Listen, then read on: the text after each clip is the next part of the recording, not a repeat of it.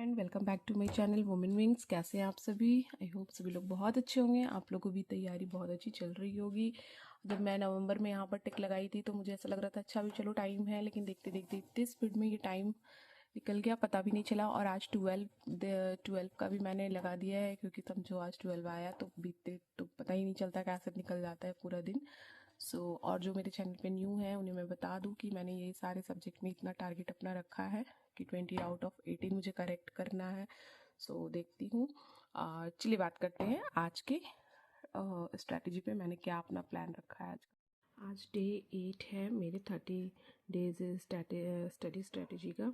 तो यहाँ पर मैंने मैथ्स का बताया हुआ है, कुछ टॉपिक्स लिखा है, और ये टॉपिक्स मैंने सचिन सर के जो बेस्ट बुक है उसमें जो भी टॉपिक गिवन है वो उसी टॉपिक में से यहाँ पर मैंने मेंशन किया है। वही 17 टॉपिक्स उस बुक्स में दिए हुए हैं। तो पहले मैं बात करूँगी मेरे आज के स्ट्रेटजी का। तो आज मैं क्या प्लान कर रही हूँ कि कल डे 7 का मैंने इतना कंप्लीट किया था तो उसमें मैथ्स और इंग्लिश नहीं हो पाया था। तो आज मैं कोशिश करूँगी कि इंग्लिश और मैथ्स को रिवीजन करूँ, इसलिए मैंने आज का कुछ नहीं लिखा है। बाकी इधर मैं कंप्लीट कर ली थी। और हाँ, तो ये देखो अभी कल मतलब बहुत से लोगों का कमेंट था, और कमेंट में ना लिख कर रिप्लाई करने में नहीं बनता है, क्यों उतना ज़्यादा मैं अपना थॉट को एक्सप्रेस नहीं कर पाती, लिख कर भी नहीं सकती। इसलिए मैं सोच रही हूँ कि अब से ना जो भी आप लोगों का कमेंट होगा ना उसको मैं ले लूँगी और नेक्स्ट डे के वीडियो में मतलब बता दूँगी। और यहाँ पर मैथ्स में ना ये सारे चैप्टर्स ये इस बार जब चेंज हुआ है सिलेबस तब का है। जो मैं ओल्ड बैच में ली थी उस ओल्ड बैच में ये चैप्टर्स नहीं थे। ओल्ड बैच के चैप्टर्स ये थे। एक सेकंड। हाँ, ये ना मैंने पहले फॉर्म वगैरह नहीं आया था तभी मैंने इसको बना के रखा था, क्योंकि मैं वन बाई वन सारे चैप्टर्स को कर रही थी कंप्लीट। तो इसमें ना पहले के चैप्टर्स थे और बाद में मैंने इसे ऐड कर दिया। जब चेंज होने के बाद ये सारे चैप्टर्स जब ऐड हुए तो हमारे ऐप पर ये सब टाइम मेंसुरेशन तक कंप्लीट करवाया है सर ने, ज्योमेट्री वगैरह तक। बाकी ये सब अभी तक हमें नए बैच में मतलब ओल्ड बैच को पता नहीं मर्ज करे या नहीं करे, कुछ भी ऐसा कुछ नया शो नहीं हो रहा है। बट यूट्यूब पे सर ने compound interest, simple interest, profit loss ये सब करवाया तो मैं उसी से कंप्लीट कर ली। और क्या है ना कि पॉसिबल भी नहीं है ना कि अब मैं पूरा ये मिक्सचर डिस्काउंट ये सब करूं, टाइम भी नहीं है। तो मैं इन सब को भी देखना पड़ता है, क्योंकि इतने सारे फार्मूलाज वगैरह हैं तो कहीं ना कहीं वो मिक्स हो जाते हैं। तो इसलिए इन सब को मतलब मैं एक बार रिवीजन करूँगी, और रिवीजन करूँगी इन द सेंस कि बेसिक क्वेश्चंस वगैरह को देखूँगी और फिर डायरेक्ट सेट पर ही बनाऊँगी, जो भी उसमें आएंगे क्वेश्चन उन्हीं पर काम करूँगी। और रहा इस तरफ मैथ्स में देखो तो इस बार जो नया बुक में है वो बुक में ये चैप्टर्स दिए हुए हैं। तो इन चैप्टर्स में से क्या है कि आप ज़रूरी नहीं कि आप पूरा 17 चैप्टर को एकदम अच्छे से करो, बट हाँ इसमें से जो भी चैप्टर को करो आप अच्छे से कर लो। और मैं ऐसा मतलब मुझे लगता है कि सबसे पहले ज़रूरी है कि आप अपने बेसिक्स को क्लियर रखो, क्योंकि आपका फॉर्मूला, अगर आपको फॉर्मूला अच्छे से आ रहा है इन सब का, अगर आपको बेसिक्स थोड़े से भी अच्छे से आ रहे हैं ना, तो अगर सिंपल क्वेश्चंस आएंगे ना तो वो छूटेंगे नहीं। देखो हम नहीं जानते कि क्वेश्चंस कैसे आने वाले हैं, लेकिन अगर बहुत हार्ड के चक्कर में हम रह गए और इसमें से 2-3 चैप्टर ही कर पाए और बाकी छूट गया, और एग्ज़ाम में अगर इजी क्वेश्चंस आ गए, इजी इन द सेंस कि सिंपल क्वेश्चंस आ गए, तो उस टाइम पे बहुत ऐसा लगेगा कि क्यों नहीं हम पूरे इतने मतलब इतना फार्मूला वगैरह क्यों नहीं देख कर आए थे। तो एटलीस्ट मेरे हिसाब मैं ऐसा मतलब अपना प्लान बता रही हूँ कि मुझे ऐसा लगता है कि एटलीस्ट इतना चैप्टर्स का ना आपको बेसिक्स आना चाहिए, सिंपल फार्मूला आना चाहिए, सिंपल अप्लाई करना आना चाहिए। उसके बाद हार्ड का बाद में देखेंगे, क्योंकि अब इतना कम टाइम है ना, तो आप बहुत ज़्यादा ये नहीं सोच सकते कि मुझे मैथ्स को एसएससी लेवल का करना है। और जिनका मैथ्स स्ट्रांग नहीं है तो आप ये भी नहीं सोच सकते ना कि आप ये 15 दिन में अपने मैथ्स को स्ट्रांग कर लोगे, क्योंकि मैथ्स ऐसा सब्जेक्ट है कि बिना प्रैक्टिस के और मल्टीपल टाइम्स प्रैक्टिस मांगता है, तब जाके आपका मैथ्स स्ट्रांग होता है। तो इसलिए कहीं ना कहीं बहुत आप दूसरे सब्जेक्ट पे ज़्यादा फोकस कर लो और इसके फॉर्मूलाज को देख लो। और फिर उसके बाद रहा कंप्यूटर का।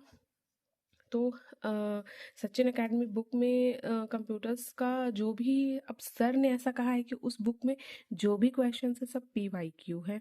तो मैं आज फिलहाल मतलब ये सोच रही हूँ कि अगर मेरे मैथ्स और रीजनिंग, इंग्लिश सॉरी मैथ्स और इंग्लिश उधर कंप्लीट हो जाता है तो मैं आज इस बुक को का जो भी कंप्यूटर का क्वेश्चन है उसको मैक्सिमम से मैक्सिमम एक बार फटाफट कंप्लीट करूँगी।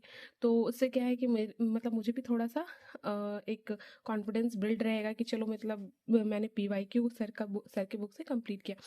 और एक और इम्पॉर्टेंट बात कि जैसे क्या हो रहा है ना कि कुछ लोग मतलब कल कमेंट था एक सब्सक्राइबर का कि उनको वो प्रतीक शिवालिक सर का जब टेस्ट दी थी तो उनका कंप्यूटर में अच्छे मार्क्स नहीं आ रहे थे। तो मैं ना प्रतीक शिवालिक सर का जो कंप्यूटर का ब्लू बुक है उसका एक किसी चैनल में एक टीचर ने उस बुक को एक चैप्टर को कंप्लीट करवा रहे हैं सर, तो मैं उसका जो प्लेलिस्ट होगा उसको मैं टेलीग्राम पे शेयर कर दूंगी, आप वहाँ से जाकर देख ले।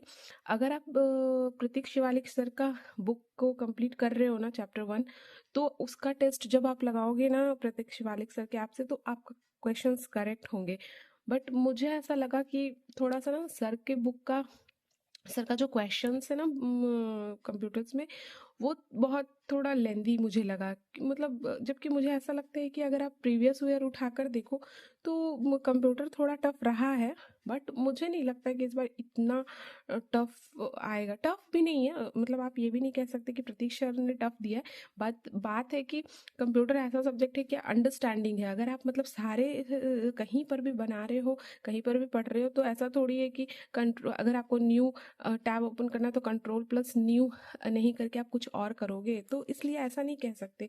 जो शॉर्टकट की है वो प्रतीक शिवालिक सर के बुक में भी वही होगा और आपके किसी भी बुक में वही होगा। तो बात है कि थोड़ा सा अंडरस्टैंडिंग करके उसको पढ़ना पड़ेगा और समझना पड़ेगा मीन्स। और अभी थ्योरी हम नहीं पढ़े इसलिए थोड़ा सा दिक्कत होता है।